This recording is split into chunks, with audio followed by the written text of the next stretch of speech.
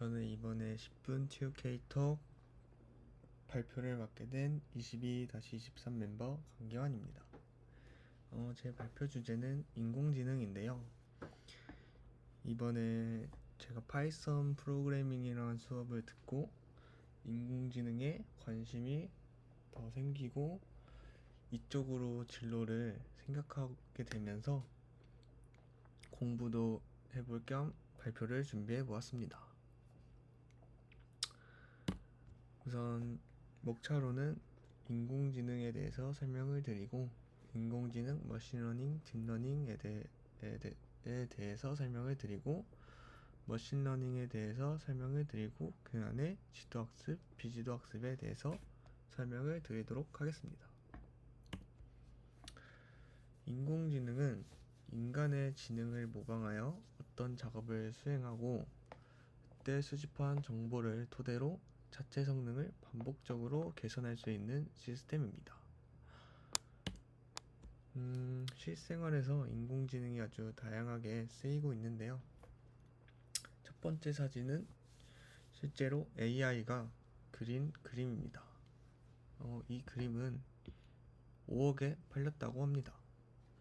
그 다음으로는 자율주행 자동차, 스마트 팩토리 등 아주 다양한 분야에서 인공지능이 많이 사용되고 있습니다. 인공지능은 어떤 입력값이 주어졌을 때 출력값을 나오게 해주는 함수 fx와도 같다고 볼 수 있는데요. 예를 들어 이런 사진을 넣었을 때 이게 강아지냐 고양이냐를 판단해주는 이 fx가 인공지능이라고 볼 수 있습니다. 다음으로는 인공지능, 머신러닝, 딥러닝에 대해서 살펴보겠습니다. 인공지능은 사고나 학습 같이 인간이 가진 지적 능력을 컴퓨터를 통해 구현하는 기술입니다. 그 다음으로 머신러닝은 컴퓨터가 스스로 학습하여 인공지능의 성능을 향상시키는 기술 방법입니다. 실제로 기계학습이라고도 하죠. 그래서 기계를 학습시킨다 라고 이해하시면 될 것 같습니다. 그 다음으로 딥러닝은 인간의 뉴런과 비슷한 인공신경망 방식으로 정보를 처리하는 것을 딥러닝이라고 합니다. 딥러닝에 가까울수록 인간에 가깝다고 생각하시면 되겠습니다. 그래서 인공지능 안에 머신러닝이 있고 머신러닝 안에 딥러닝이 있다고 이해하시면 됩니다. 다음으로는 머신러닝에 대해서 설명드리도록 하겠습니다. 이런 머신러닝은 이런 수많은 인풋 데이터, 여기서는 예로 사진을 들고 있습니다. 이 수많은 인풋 데이터들과 아웃풋 데이터들을 가지고 이 모델을 학습시킵니다. 이런 사진일 때는 고양이였다, 이런 사진일 때는 강아지였다, 이런 거를 가지고 학습을 시킵니다. 그 다음에 어떤 사진이 던져졌을 때 그게 고양이냐 강아지냐를 판단하는 게 이 함수 fx의 역할, 인공지능의 역할입니다. 이때 데이터는 정말 많은 종류의 데이터가 있는데요. 예시를 들어보자면 이런 영상 데이터, 소리 데이터, 텍스트 데이터 등 다양한 종류의 데이터가 들어갈 수 있습니다. 데이터에 대해서 더 설명을 해보자면 데이터는 정형 데이터와 비정형 데이터로 나뉩니다. 정형 데이터 안에는 또 이산형과 연속형으로 나뉩니다. 정형 데이터는 말 그대로 정형화된 데이터입니다. 이렇게 엑셀 파일처럼 이런 식으로 어떤 기준을 정해서 정형화된 데이터를 정형 데이터라고 합니다. 그리고 이것도 분명 데이터긴 데이터인데 딱 봤을 때 정형화되어 있지 않죠. 그래서 이런 정형화되어 있지 않은 데이터를 비정형 데이터라고 합니다. 이 머신러닝 안에는 지도학습과 비지도학습, 준지도학습, 강화학습이 있습니다. 이번 발표에서는 지도학습과 비지도학습에 대해서 설명드리도록 하겠습니다. 지도학습은 데이터에 대한 명시적인 정답이 주어진 상태에서 컴퓨터를 학습시키는 방법입니다. 예시를 보여드리자면 이렇게 주행거리, 마력, 용량을 가지고 가격을 예측하는 모델을 만들 때 이 주행거리, 마력, 용량, 가격같이 명시적인 정답이 주어진 상태에서 컴퓨터를 학습시키게 되면 그게 지도학습입니다.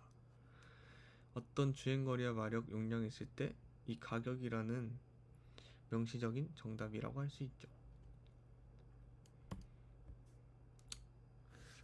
지도학습은 크게 분류와 회귀로 나뉠 수 있습니다.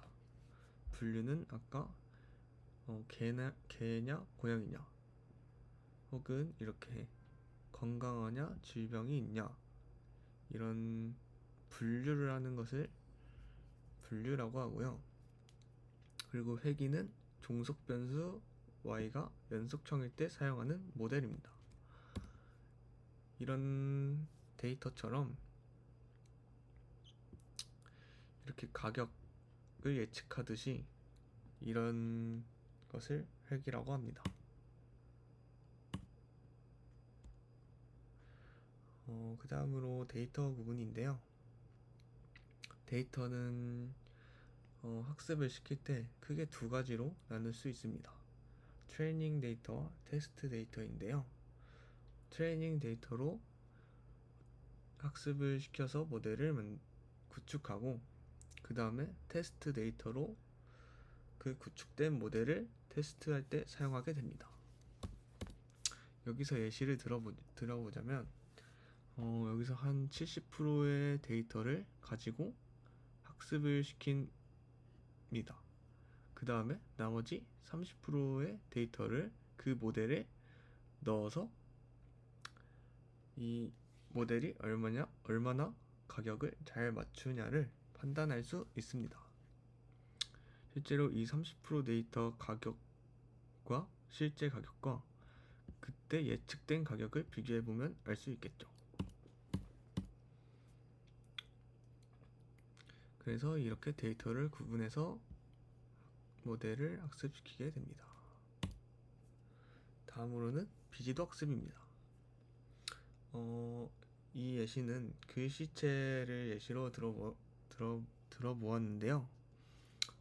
이런 수많은 글씨체의 숫자, 그림, 데이터들을 픽셀 단위로 이렇게 데이터화 시켜서 점들을 찍어 보았을 때 주로 7이라는 숫자는 이쪽 초록색으로 된 이쪽에 분포를 많이 하였고요.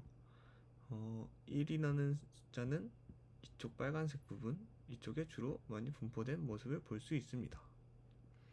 그때 어떤 새로운 데이터가 들어왔을 때 이게 1이냐 7이냐를 판단하는 기준은 이제 점이 여기 찍히게 되면 주변에 다 7이니까 7이라고 할 수 있겠죠.